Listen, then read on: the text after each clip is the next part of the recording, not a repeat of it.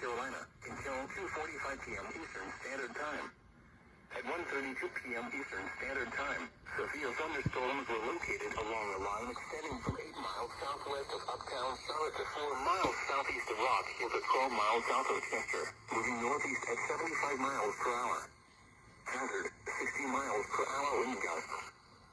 Source, radar indicated. Impact, expect damage to trees and power lines. Locations impacted include Monroe, South Charlotte, Matthews, Indian Trail, Weddington, Stallings, Unionville, Wesley Chapel, Wingate, and Wausau. A tornado watch remains in effect until 6 p.m. Eastern Standard Time for the Piedmont of North Carolina. For your protection, move to an interior room on the lowest floor of a building. Please report damaging winds, hail, or flooding to the National Weather Service by calling toll-free 1-800-267-8101 or by posting on our Facebook page or tweet it using hashtag NWSGSP. Your message should describe the event and the specific location where it occurred. Repeating, a severe thunderstorm warning has been issued until 2:45 p.m. Eastern Standard Time for the following counties in North Carolina: Mecklenburg,